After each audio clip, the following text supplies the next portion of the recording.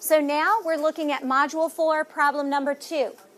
It says, consider the reaction that was described in problem number 1 above. So we're going to use the same balanced chemical equation. So that balanced chemical equation is 2K plus 2H2O yields 2KOH plus H2. There's our balanced chemical equation, same one that we used in the last problem. Now, it says, if 3.0 liters of hydrogen gas are produced, 3.0 liters at STP, it says, how many moles of potassium were used? How many moles of potassium were used? So this time, you guys, we're going in the opposite direction. We're not starting with moles of one substance. We're actually starting this time with liters. We're starting with liters. And this time, instead of trying to end with liters, we're trying to end with moles. So we're going in the opposite direction. So it's going to be a very similar problem to what we just did. It's just that we're going to go in the opposite direction. So I'm going to start here with 3.0 liters of hydrogen. Okay, now, we said that if we want to go from one side of the equation to the other, or from one substance in the balanced chemical equation to another substance in the balanced chemical equation, what unit do we have to be in? We've got to be in moles. So that tells me that the very first thing I've got to do in this problem is to convert this 3 liters of hydrogen into moles. So to convert liters into moles, I'm still going to use that conversion factor. 1 mole of gas at STP equals what volume? 22.4 liters. All right? But how am I going to arrange that into my conversion factor this time in order to get my units to cancel?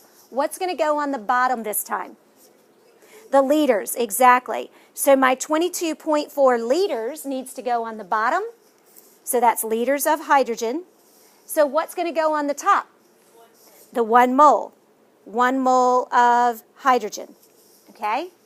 So you guys, I want to emphasize that when you're solving these problems, you really need to put the units in there, moles and liters, or grams and moles, and you really need to put the substance in there, okay? It does help you figure out what your next step should be. All right, so right now, liters of hydrogen cancels out. So now I can convert from moles of hydrogen into moles of potassium. How do I convert moles of one substance into moles of another substance? What do I use? To convert moles of one substance into moles of another substance, what do we use? Coefficients. We use our coefficients and we look at the balanced chemical equation. Okay? So, first let's look at the coefficient in front of the hydrogen. What is that coefficient in front of hydrogen? 1. So down here on the bottom, it's going to be 1 mole of hydrogen. And then, what am I going to put on the top? What is my coefficient for potassium? 2, exactly. 2 moles of potassium goes on the top. So this allows moles of hydrogen to cancel out. So now, when I type this into my calculator, I'm going to type in 3.0 times 1 times 2, and then divided by what? Divided by 22.4, because that 22.4 is in the denominator. Things that go across the top, we multiply. Things that are in the bottom, we divide. Okay? How many significant figures did we start with here in the number 3.0? 2 significant figures. So how many significant figures do we want our answer to have? 2. So we type in 3.0 and then times 2 divided by 22.4. And my calculator says 0.267857149. How can I round that to 2 significant figures? 0.2678. How do I round that to 2 sig figs? Point what? 0.27, and then my units, that would be moles of potassium.